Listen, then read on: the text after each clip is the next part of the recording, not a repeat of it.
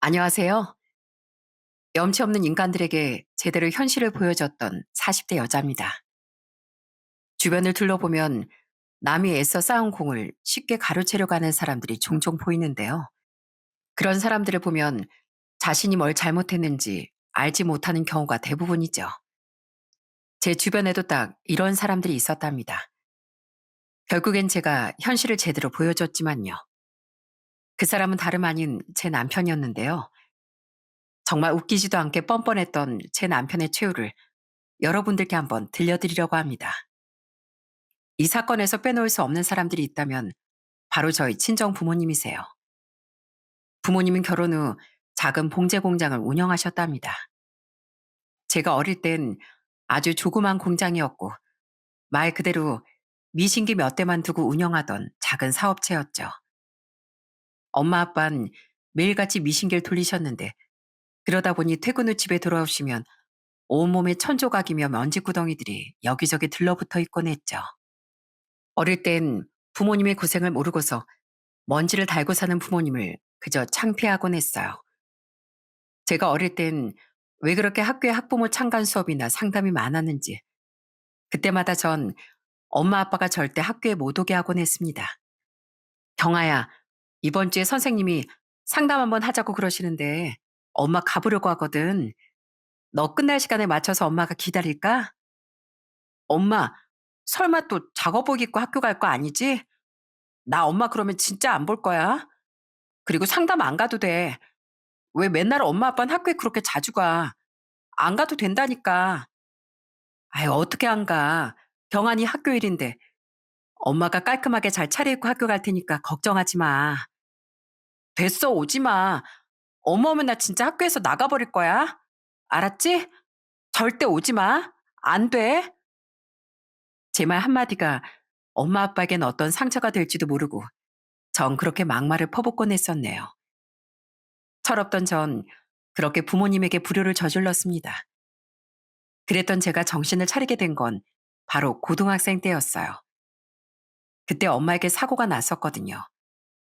불의의 사고로 미신계 손이 크게 다치는 사고가 났었는데 불행 중 다행으로 바로 병원에 가 봉합을 하고 치료를 받았지만 근육과 인대가 많이 손상돼 엄마가 한참 고생을 했었습니다.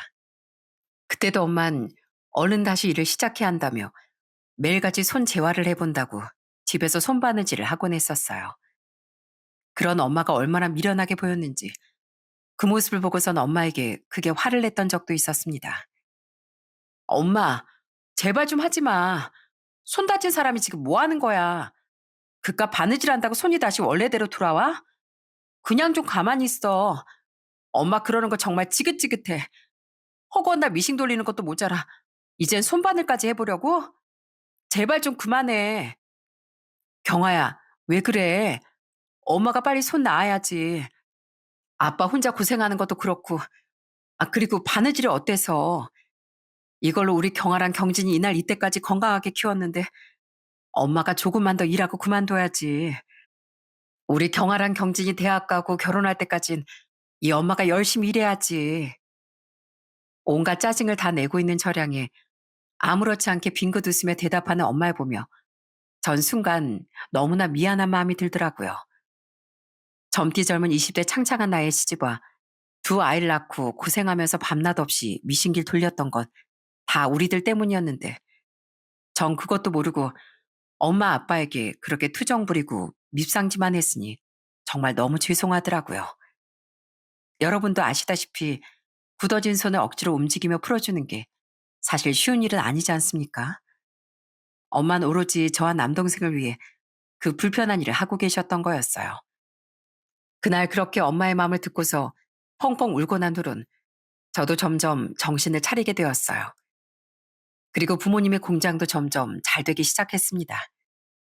그러다 큰 업체와 계약을 맺게 되면서 의류 생산도 많이 하게 되고 집안 형편도 많이 풀리게 되었어요. 덕분에 저와 남동생은 큰 어려움 없이 대학을 나올 수 있었답니다. 그렇게 밤낮 없이 공장을 살리겠다는 엄마 아빠의 노력이 아니었다면 아마 이렇게 건강하게 저희가 잘 살 수 없었겠죠.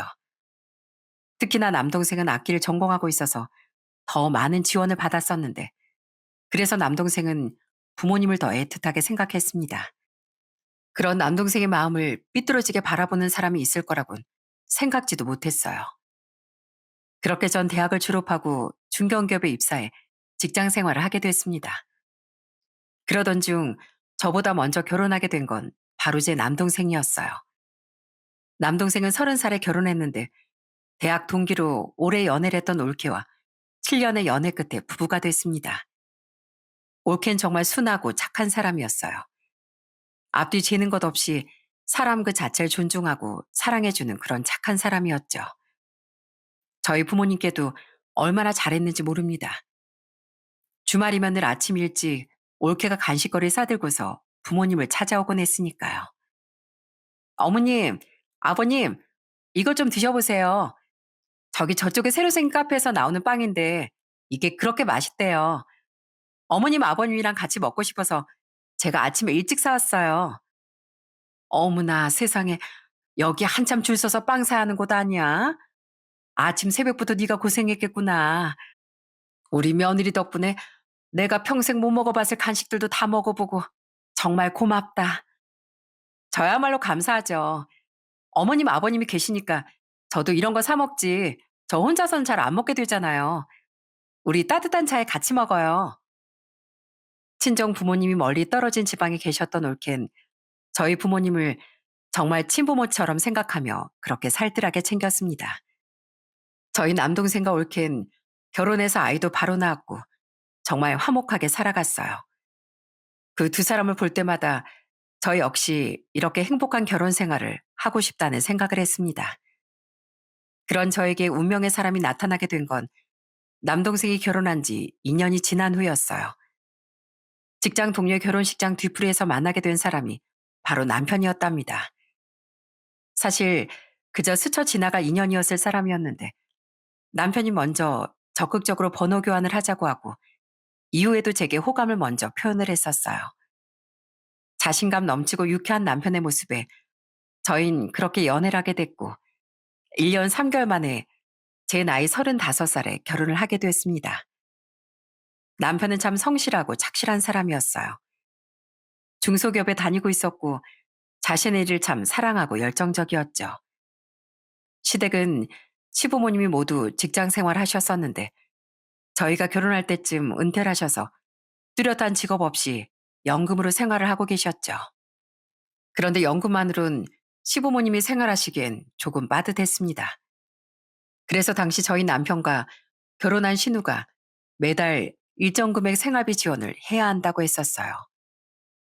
여보, 내가 전에 말했었지? 우리 부모님 연금이 조금 부족해서 나랑 여동생이랑 조금씩 각출해서 부모님 생활비 드리고 있다고. 아마 앞으로도 계속 챙겨드려야 할 것 같아. 그래, 결혼 전에 들었었잖아. 어머님, 아버님 생활을 위해서인데 당연히 그래야지. 고마워, 여보. 내가 진짜 앞으로 더 잘할게. 더 열심히 일할게. 이해해줘서 고마워.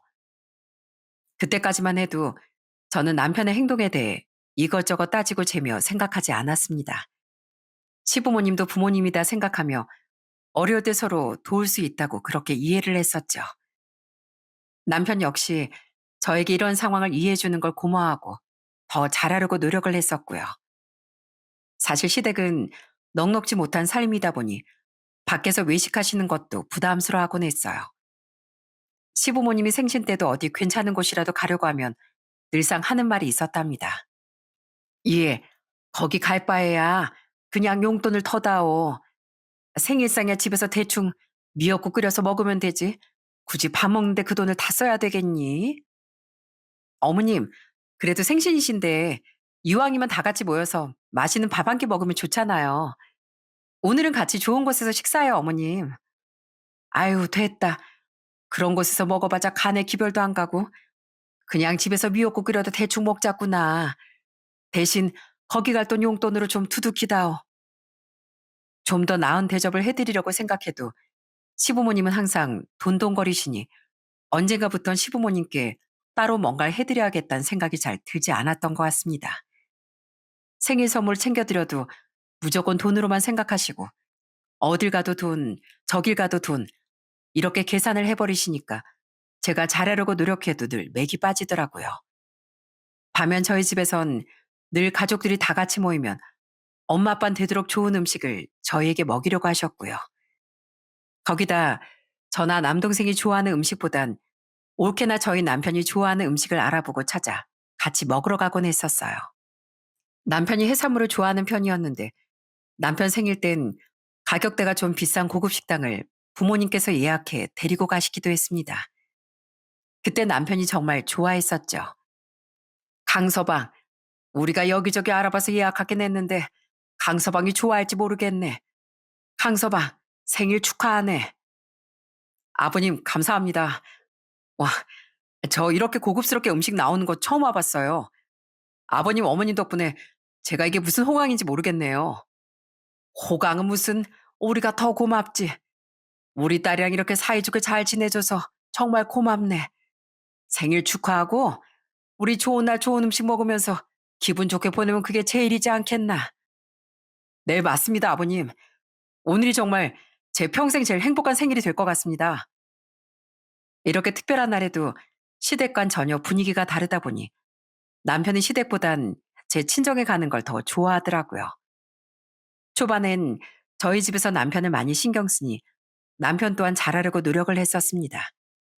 주말에 쉬는 날이면 공장에 찾아가 일도 거들어드리고 청소도 도와드리고 했었고요.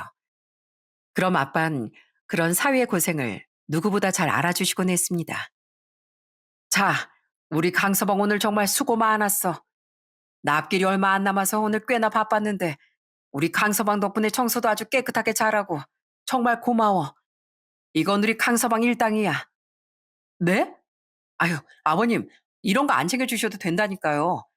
저 진짜 아버님 도와드리러 간 겁니다. 그래, 자네 맘 내가 왜 모르겠나. 그래도 우리 고급 인력을 썼으면 이 정도 일당은 당연히 줘야지. 얼른 받게. 강서방이 오늘 우리를 너무 잘 도와줘서 주는 거니까. 그렇게 결혼 후 저흰 행복하게 생활하며 결혼 3년 차에 아들 하나, 딸 하나를 연년생으로 낳게 됐습니다. 그런데 아이를 연년생으로 낳다 보니 일하는 게 정말 쉽지 않더라고요. 엄마도 아빠랑 같이 공장을 운영하며 바쁘시고 시모는 아이들 못 봐주신다고 그러는데 애들은 왜 이렇게 자주 아프는지 더 이상 일을 하기 어려웠습니다. 결국엔 남편과 상의 끝에 제가 일을 그만두기로 결정하게 됐어요.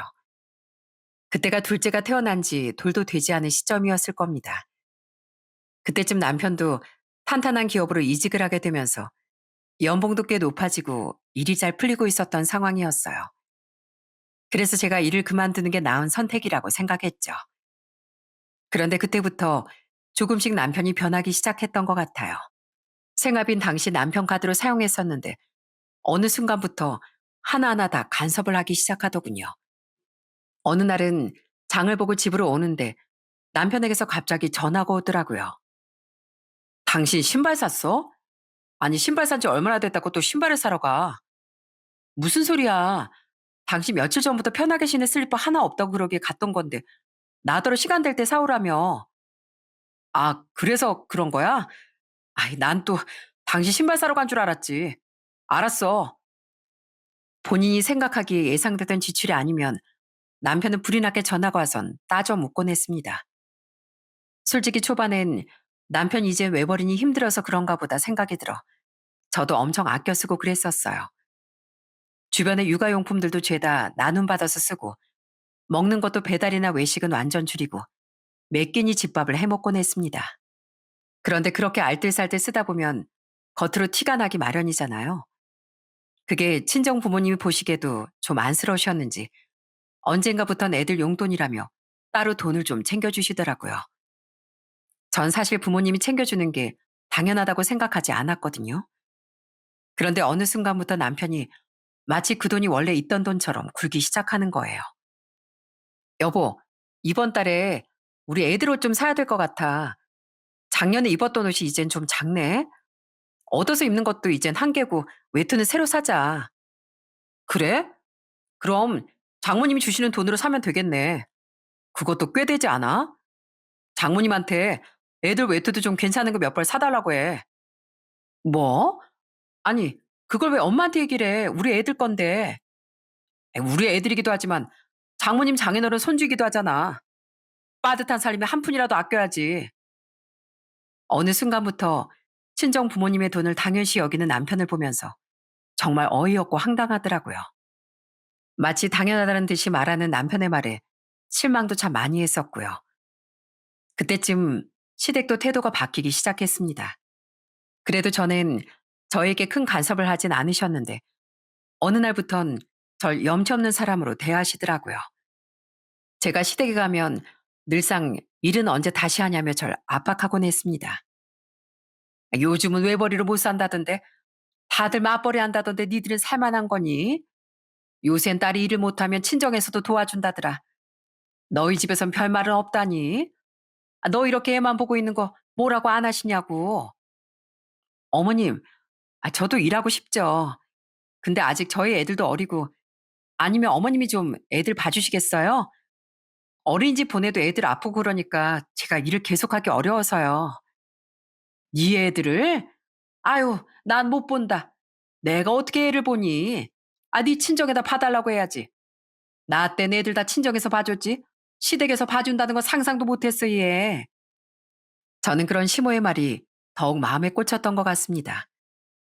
가까이 살면서도 애들 한번 봐주시는 것도 아니고, 그렇다고 살림을 도와주시는 것도 아니고, 그러면서 제가 일하길 바라면서 시댁엔 또 잘하길 바란다는 게 너무 서운하더라고요. 그런데 그렇게 저희 생활을 걱정하던 시부모님께서 어떤 걸 또 요구하셨는지 아시나요? 바로 매달 드리는 용돈을 올려달라고 하시는 겁니다. 예, 애미야, 요즘 물가도 너무 올라서 니들 주는 생활비로 너무 빠듯하구나. 그러지 말고 이번 달부터는 20만 원 더 얹어서 매달 50만 원씩 주면 안 되겠니? 네? 어머님, 저희 상황 아시잖아요. 지금 애들 아빠 혼자서 버는 돈으로 빠듯한데 그건 좀 어려울 것 같아요, 어머님.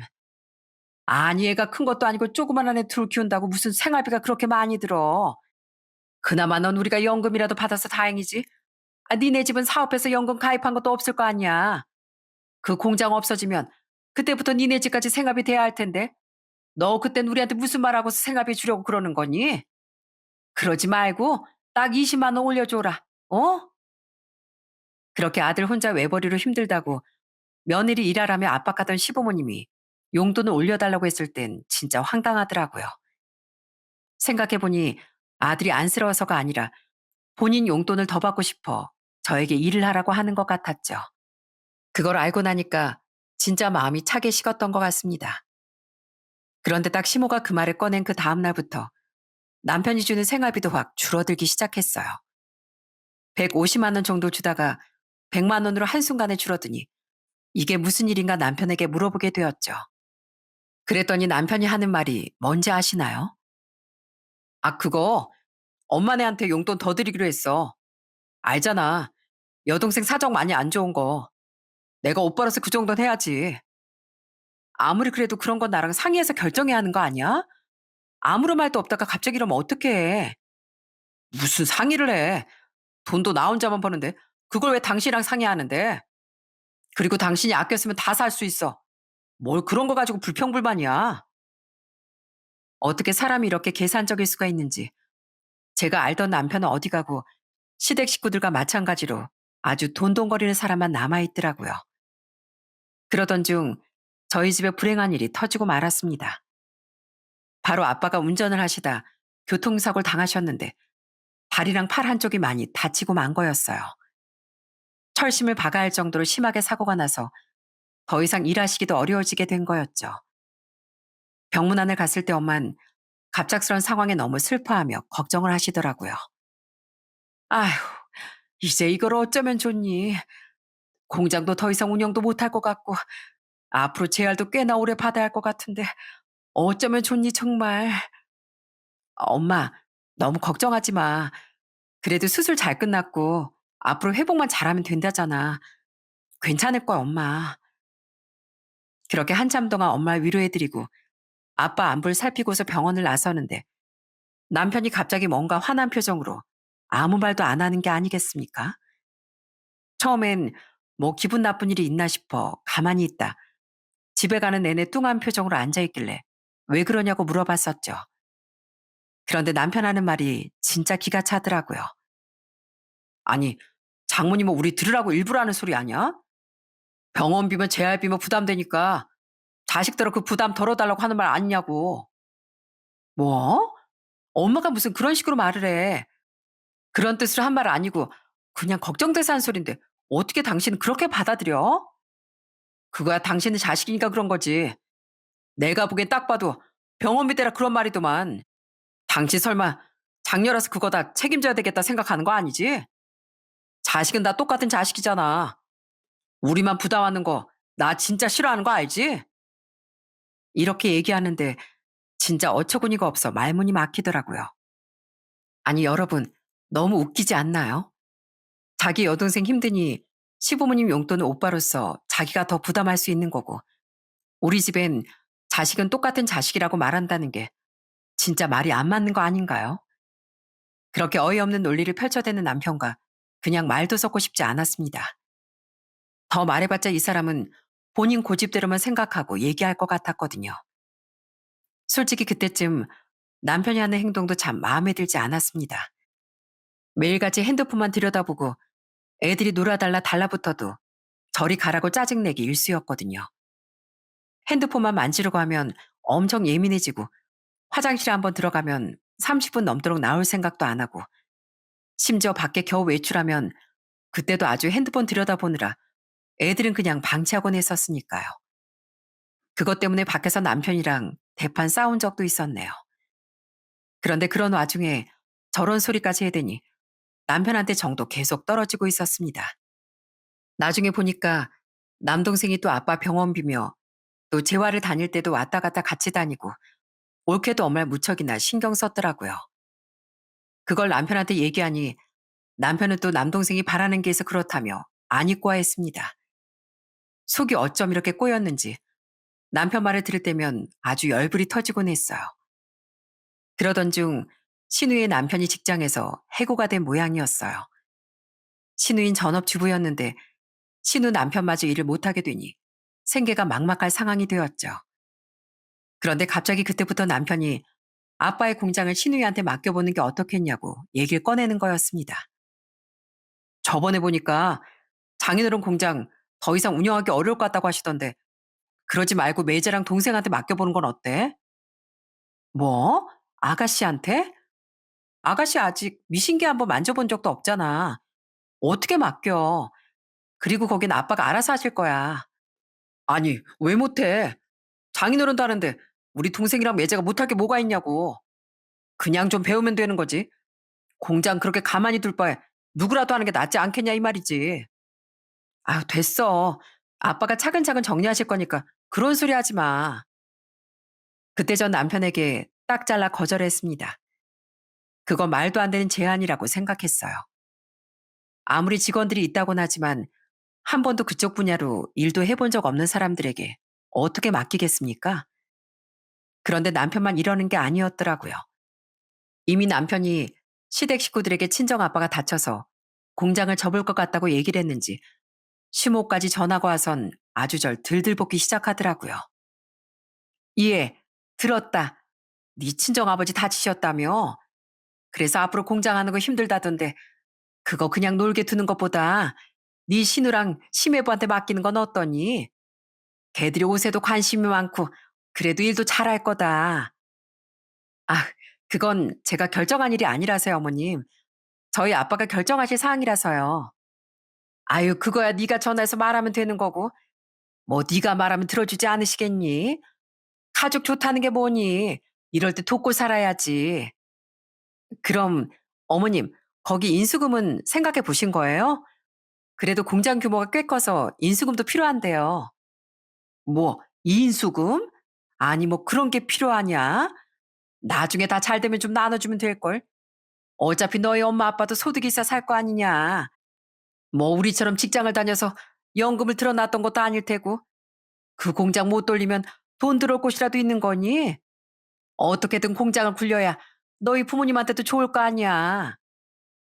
어머님 말씀대로 저희 부모님 소득도 있어야 하니까 인수금이 있어야 할 것 같네요. 그거 아니면 좀 힘들 것 같습니다. 그렇게 전 전화를 끊어버렸어요.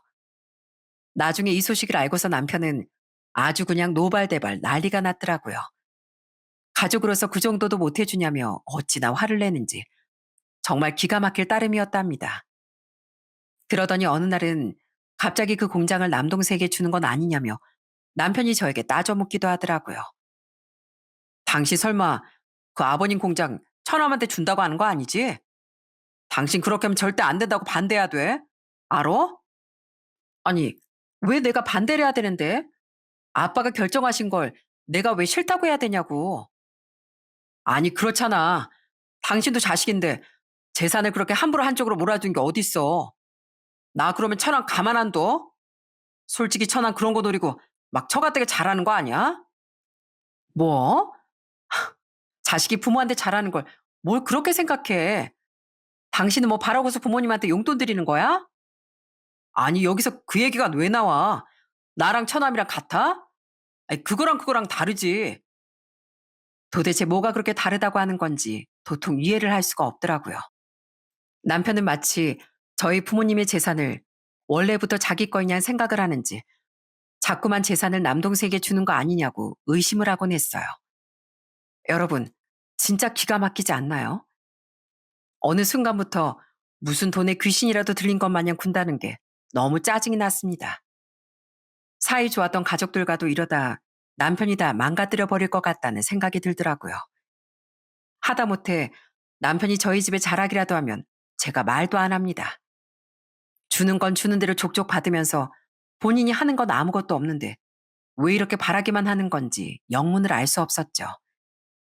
남편은 어느 순간부터 아빠의 공장에 대한 관심을 더 많이 갖기 시작하더군요. 계속해서 어쩔 거냐 묻는 남편에게 전 단호하게 얘기를 했답니다. 아버님한테 얘기해 봤어?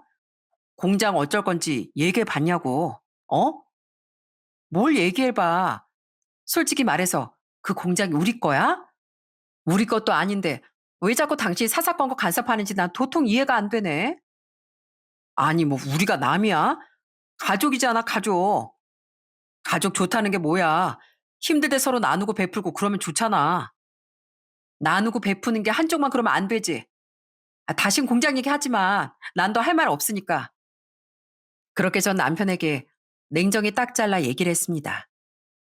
그랬더니 결국 남편과의 사이는 더욱 안 좋아졌어요. 저 역시 남편과 더 얘기를 하고 싶지도 않았고요. 그런 와중 사건이 시작된 건 아빠가 공장을 처분하게 되면서부터였어요. 남편은 포기가 되지 않았는지 다시 저에게 아빠의 공장 얘기를 꺼내기 시작했습니다. 그러니 전 아빠 공장을 처분했다고 얘기를 했죠. 그랬더니 남편이 정말 기겁을 하며 말을 하는 겁니다.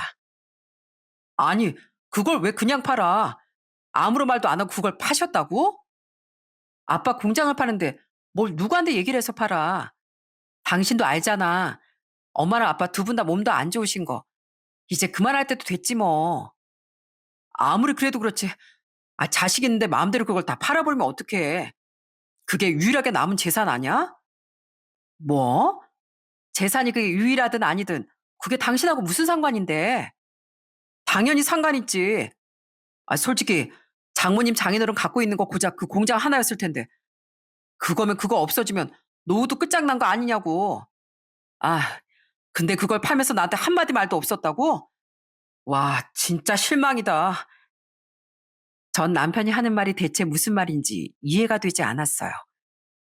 아니, 부모님 재산을 부모님이 알아서 정리한다는데 친자식도 아닌 사이가 이래라 저래라 할 명분도 없지 않나요? 그런데 저렇게 화를 낸다는 것 자체가 더욱 이상했습니다. 그리고 며칠 동안 남편은 집에도 잘 들어오지 않고 매일같이 술만 마시며 새벽녘에나 들어오기 시작했어요.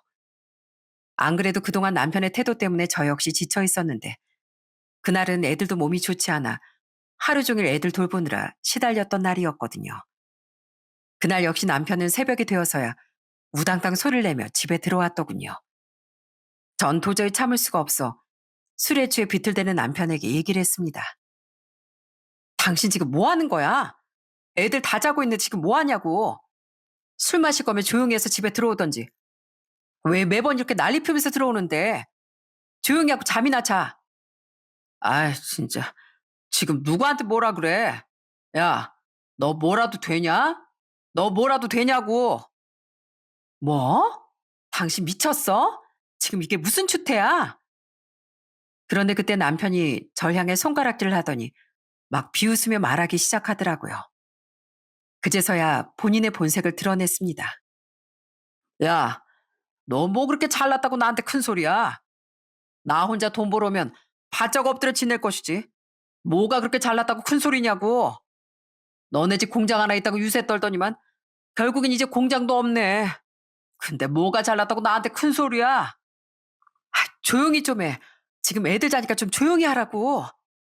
조용히 하긴 뭘 조용히 해. 야, 솔직히 너네 집 공장 아니었으면 뭐 별 볼 일이라도 있냐? 고작 공장 하나 있던 집이었으면서 유센. 그나마 우리 집은 연금이라도 받지. 너네 부모는 그런 것도 없잖아. 근데 뭐 공장까지 팔아? 와, 나 아주 호구 잡혔네, 호구 잡혔어. 일 안 하는 아내도 모자라 처부모까지. 아유, 진짜 내 인생 망했네, 망했어. 뭐라고? 호구? 당신 어떻게 그런 말을 할 수가 있어? 뭐, 내가 뭐 못할 말 했냐? 네 부모 개털 됐는데 그게 사실 아니야? 왜? 자존심 상해? 그러면 네가 나가. 나도 애초에 네 부모 재산 없었으면 널 왜 만나냐? 꼬우면 네가 나가던가. 아, 그리고 나갈 거면 네 애들도 다 데리고 나가. 너만 아니었으면 혼자서 자유롭게 살고 있었을걸. 너 때문에 내 인생 다 망쳤어. 그러더니 남편은 거실 소파에 그대로 누워 잠이 들어버렸어요. 코까지 골면서 잠든 남편의 얼굴을 보는데 전 그날 분노의 주먹을 겨우 참았던 것 같네요. 그날 전 잠도 못 자고 속으로 아주 칼을 갈았습니다. 그리고 다음날 아침 잠에서 깬 남편은 아무렇지 않게 라면을 끓여 먹기 시작했어요. 전 그런 남편에게 다가가 물었습니다. 당신 새벽에 나한테 했던 말 기억나? 아, 꼬우면 나가라고 한 거? 기억나지? 그거 진심인 거지? 그래. 야, 솔직히 니네 부모님 이제 돈벌이도 없는데 그거 다 내 몫일 거 아니야. 넌 진짜 양심도 없다. 너도 모자라. 네 부모까지 내 등에 업히게 하려고? 아유, 지친다 지쳐. 내 인생 더 망하기 전에 그냥 끝내자고. 전 끝까지 비꼬며 얘기하는 남편에게 서류 하나를 내밀었습니다. 바로 이혼 서류였어요. 남편이 그걸 보자마자 그냥 비웃으며 얘기를 하더라고요. 이혼? 아이구야, 누가 무서워할 줄 알고? 그래, 그렇게 해. 대신 네 몸만 나가. 시집 와서 뭐 해온 것도 없으면서 뭐 재산 분할 해달라니 그러는 거 아니지? 너 그럼 양심도 없는 거다. 알지? 지금까지 나 외벌이였잖아. 그러니까 당장 짐 싸서 네 애들이랑 나가. 나가? 내가 왜 나가? 나가려면 네가 나가야지. 뭐?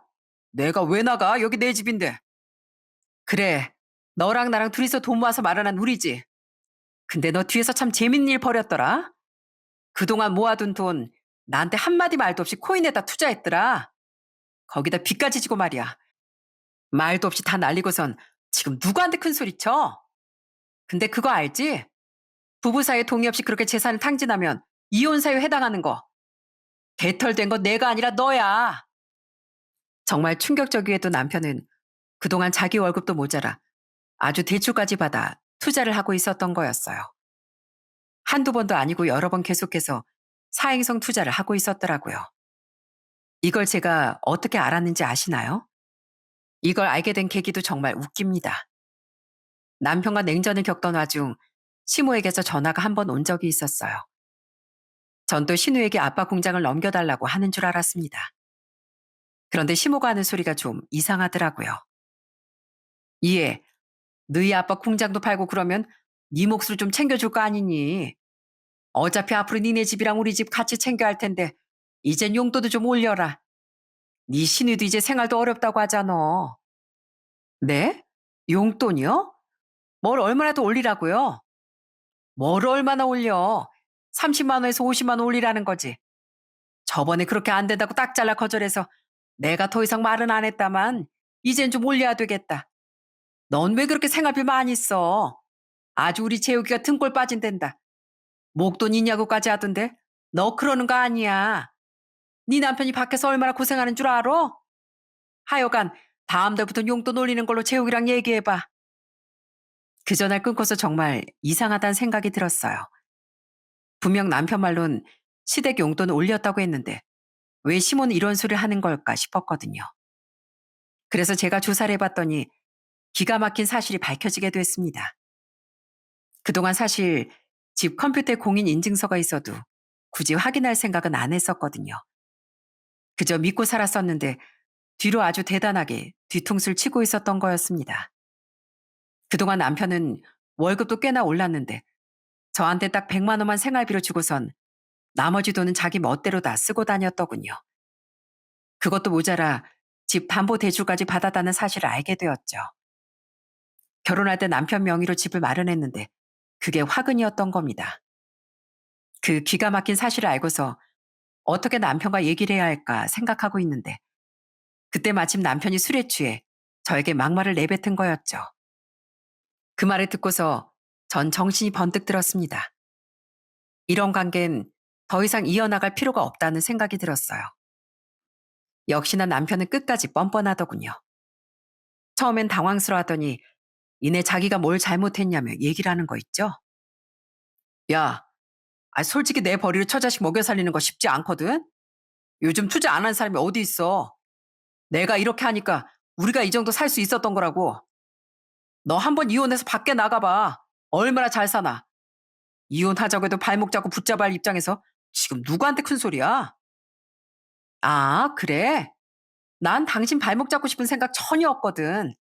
이혼해. 내가 바라던 바야. 아, 그리고 너 한 가지 말해줄 게 있는데 우리 아빠 공장 팔려도 노후 걱정 없거든? 너희 집보다 노후 빵빵하게 잘 돼 있는데 누가 누굴 걱정하는 거야? 그게 무슨 소리야? 노후 준비가 되어 있다니 그 공장밖에 없는 거 아니었어? 우리 부모님이 그렇게 생각 없이 아무 준비도 안 하고 살았는 줄 알아? 이래서 밖에서 보이는 것만 믿으면 안 된다니까. 아빠 다치고서 네가 우리 집에 한 푼이라도 보태준 적이 있니? 그런데도 아빠 알아서 치료받고 재활하고 다 했어. 지금까지 네 생일이며 명절이며 받은 돈은 죄다 어디서 났다고 생각하니? 사실 저희 부모님은 노후 걱정은 하나도 할 필요가 없는 상황이었답니다.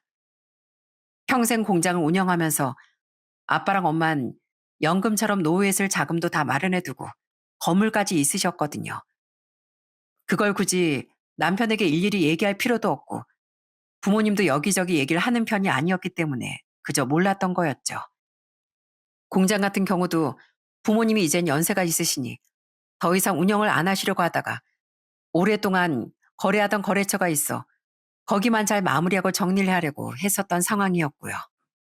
그런데 아빠의 교통사고로 좀 앞당겨진 것 뿐이었는데 그것도 모르고 저희 집을 거지 취급한 남편을 저는 더는 이해할 수 없었어요. 그렇게 모든 사실이 밝혀지고 나서야 남편은 당황해하며 갑자기 입장을 바꾸기 시작하더군요. 아니, 그럼 나한테 미리 얘기를 했어야지. 왜 그걸 이제야 말해? 난 몰랐지.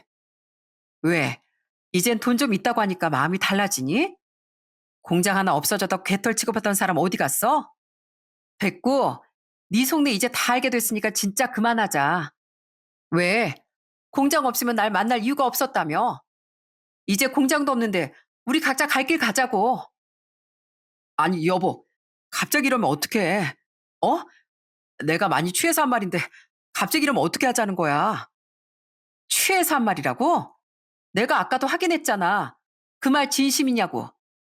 진심이라고 애들까지 데리고 나가라던 게 당신 아니었어? 당신 입장 잘 알겠으니까 더 이상 시간 낭비하지 말고 끝내자고. 나도 당신 더러운 속내 더는 보고 싶지 않으니까. 그러니까 당장 여기서 꺼져.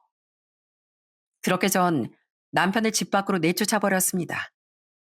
남편은 계속해서 집 문을 두드렸지만 전 반응조차 하지 않았어요. 그리고 그날 저녁엔 용달로 남편 짐을 죄다 싸선 시댁으로 확 보내버렸습니다. 그랬더니 시모는 상황을 그때까지 잘 몰랐는지 저한테 전화가 와서 아주 큰 소리를 치더라고요. 너 지금 이게 뭐 하자는 거니? 니들 싸운 거야? 그렇다고 이렇게 짐까지 싸들려 보내면 어떡해. 너 지금 실수하는 거야. 우리 아들이야 다시 결혼하면 된다지만 너 내 딸려가지고 돈도 없는데 어떻게 살려 그래? 얼른 잘못했다고 빌어. 어? 빌기 누가 빌어요? 전 염치 없고 뻔뻔한 사람이나 앞으로 못 삽니다. 그런 사람이랑 살 생각도 없고요. 그 잘난 아들 아까우시면 어머님이 끝까지 잘 보듬고 사세요. 뭐? 아, 너 지금 뭐라 그랬어? 지금 네가 그게 시애미한테 할 소리야? 니네 집 망했다고 하니까 그러는가 본데 지금 네가 그렇게 자존심 챙길 때냐? 네, 저 끝까지 자존심 챙길 겁니다. 현실이 뭔지도 모르시는 분들끼리 어디 한번 잘 살아보세요. 그러고선 전 전화를 확 끊어버렸습니다. 참 염치 없는 건 유전인지 뭔지 끝까지 큰 소리를 치며 남을 무시하는데 정말 진짜 똑같더라고요. 결국 전 냉정하게 이혼 소송을 준비했어요. 남편이 혼자서 투자하느라 돈을 다 탕진한 거, 그리고 절 무시하고 저희 집을 무시했던 거, 가정에 소홀했던 그간의 행적들을 모두 증거 자료로 모아 소송을 진행했죠.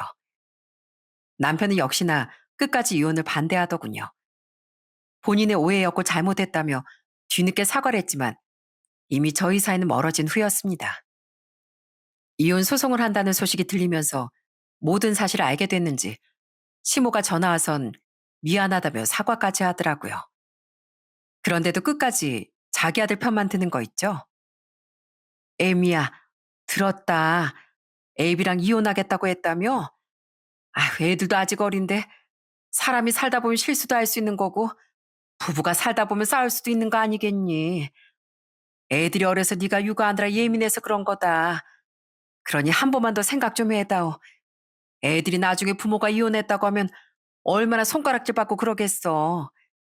니들만 생각하지 말고 애들도 생각해야지. 애들 생각해서 이런 결정한 건데요. 지금까지 남편이 어떻게 했는지 아세요? 그놈의 투자한다고 내내 핸드폰만 들여다보느라고 애들 방치했습니다. 그리고 저랑 싸우니까 네 애들도 다 데리고 나가라고 했고요. 그런 사람이랑 뭘 믿고 살라는 말인지 모르겠네요. 걔가 오죽했으면 그랬겠어. 혼자 돈 벌려고 그러니까 이래저래 돈이라도 불려보자고 그랬겠지. 그런 걸로 이렇게까지 이혼하면 안 된다. 그렇게 가족을 생각한다는 사람이 생활비 고작 100만 원 주고 나머지 돈은 본인만 다 탕진한다고요? 그게 말이 된다고 생각하세요? 전 절대 이해 못합니다. 그런 줄 아시고 더는 전화하지 마세요. 그렇게 전 시모의 전화도 다 차단을 해버렸답니다.